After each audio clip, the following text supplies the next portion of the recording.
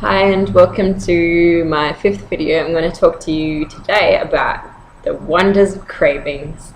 First and foremost, I just wanted to apologize that it has taken me over a year to do another video. I've had no excuses, I just procrastinate, so I'm sincerely apologetic. This video is really beneficial to perhaps everyone because I think most people get cravings at some point in their lives. I'm going to post the links of all this in the section underneath this video so that you can have a look for yourself. The first thing I'm going to read out is a chart. It has all the cravings you'll have, the deficiencies and the food sources where you can get it yourself. So I'm not going to leave you in the dark. I'm just going to rattle off a list from the most common, basically. So first we're looking at chocolate. So the nutritional deficiency you would see yourself having is a magnesium deficiency. Magnesium is very important. It does hundreds of processes in the body. It helps relax. So most people have like tightness or just pains, helps with the heart. You can also see physically, if you stick your tongue out in the mirror and you notice that your tongue quivers a little, you'd see that you would be magnesium deficient because it's a subtle relaxing. It helps the push and pull, okay? So the second one we've got is sweet foods, sugary foods. So you'd be looking at carbon, phosphorus, sulfur, tryptophan, and chromium. So chromium is really good, especially for diabetics, because it helps stabilize blood sugar levels, and there's not as many spikes. It keeps it nice and balanced, I guess. Also with craving sugary foods, you could actually have a bacterial infection like Candida albicans, because bacteria crave sugar, the bad type anyways. And if you see that you're like got foggy headed, no clarity, a bit sluggish, it's the feedback loop of the bad bacteria making you feel that way. They're very toxic. They can actually kill off your immunity.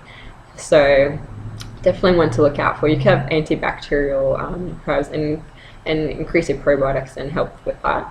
The next one on the list we have is bread type foods, so that would be nitrogen. We've got oily snacks or fatty foods is calcium. Craving coffee or tea, you're looking at phosphorus, sulfur, salt or iron. Alcohol or recreational drugs, protein, adenine, calcium, glutamine and potassium. So with alcohol and recreational drugs, you'd also want to top up your B vitamins, maybe do some liver support just so that your liver can optimally function to deal with that substance. If you find yourself, bizarrely enough, chewing ice, you'd see that you were low in iron, but iron is peculiar. If you ever get an iron test done, there's basically 4 parts to an iron test. They're like the protein, kg, the transportation, density. So like it could be a different part. It could just not be the iron itself, but the way it transports. So check with your doctor on that one. Burned food, looking at carbon. Soda or other carbonated drinks is a popular one. You want calcium. With all these liquids like coffee, tea, alcohol and the soda, you want to actually have a glass of water because you want to keep a good balance with your interstitial and interstitial fluids of all your cells so it flows nicely, and don't be dehydrated because they are diuretics.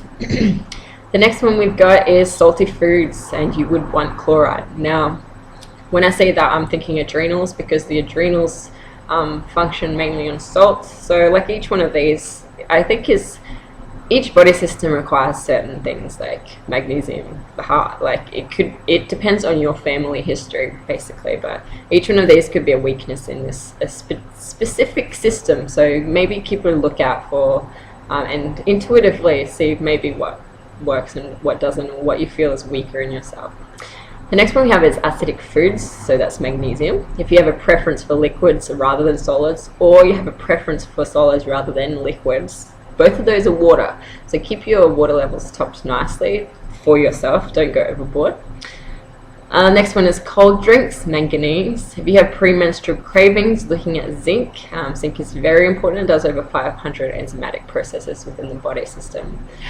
So very important, especially for men, so make sure that you keep your levels topped up nicely. Zinc is only required in small amounts as well, so that's handy. The next one is general overeating, so silicon, tryptophan and tyrosine, a lack of appetite, B1, vitamin B3, manganese and chloride. The next one is tobacco, which you would require silicon and tyrosine. So that's the list. So you can have a look at it yourself, and you can see the foods there. So if you are having any cravings, you can actually have a look and see where you could actually improve and consume those instead of donuts. Who knows? So I wanted to talk about coconut oil because saturated fat is very important with carbohydrate cravings. So when you have a carbohydrate cravings, you are craving basically saturated fat because your body will get simple carbohydrates, break it down so it's made into saturated fats. Because our cells are composed of 50% saturated fat. Half of our cells made up of saturated fats. Saturated fats aren't as bad as you think. It's normal for it helps with normal hormone production and healthy cell membrane function. And people with low-fat diets don't do well. They crave carbs and they just fall off the wagon. So you're best just having high fats, basically. Screw the low-fat diet. Screw them. Now, coconut oil is amazing. It really is. It's got lauric acid, which is attached to it, which is antibacterial, antiproposal, antiviral. It's researched to help with HIV/AIDS, thyroid type conditions, so it increases your metabolism, atherosclerosis, like with your cholesterol. It's amazing. You can do your own research, but this is what I've researched, and I love coconut oil. It helps with your hair, skin, nails, healthy brain function. All the models use it. It's just amazing. It's got the highest of all the oils, a high temperature with heat resistance, so it oxidizes at I think 177 degrees Celsius. I'm not sure what that is in Fahrenheit, but it's basically oven temperatures, so it won't go rancid at high temperatures like other oils do. So I also wanted to simply do a demonstration for you because that's how I function. I love to do little simple things so people can understand it. So okay, we've got type A person here. They're really healthy, well-balanced diet. They take a multivitamin, no bad family history problems, no disease. All their enzyme processes go well because they're not craving anything, because all their body systems are going pretty well. There's no problems. We got the type C, the second person here. Now they're your average Westerner. They're having coffee in the morning to wake up. They have coffee, cake, chips, maybe steak for dinner like the normal person. Now, they don't have any nutrients coming in. They've only got simple carbohydrates. Energy, quick fix. They're going in a circle. They need the energy, quick fix to keep going and keep going because they've got no vitamins and minerals to do normal enzyme reactions like this person. Now they're going to have disease manufacture. They're going to have like bad cholesterol. They're going to have bad bacteria because they're feeding their energy so they can function, but they're not helping the normal processes of the body function properly. So the liver's not getting repaired, nothing's getting fixed. The cancer's growing, there's mutations happening because they're not having anything to help their body. They're just helping themselves get out of bed and live each day. If that person started supplementing, they would see a big change because they'd actually be able to start doing enzyme reactions. They would not get cravings. If you supplement properly and don't have a nutritional deficiency, you will not have cravings. People on diets take multivitamins, get a really broad spectrum of your vitamins and minerals, and you won't have cravings. It's as simple as that. So that's my video today about cravings. They're absolutely wonderful. But feel free to leave any comments or have an argument with me, and hopefully you did like the video, or hope to put a video out soon. I was very inspired, and yes, thank you so much for watching, and sorry it's taken me a year to do a video, but thanks, bye.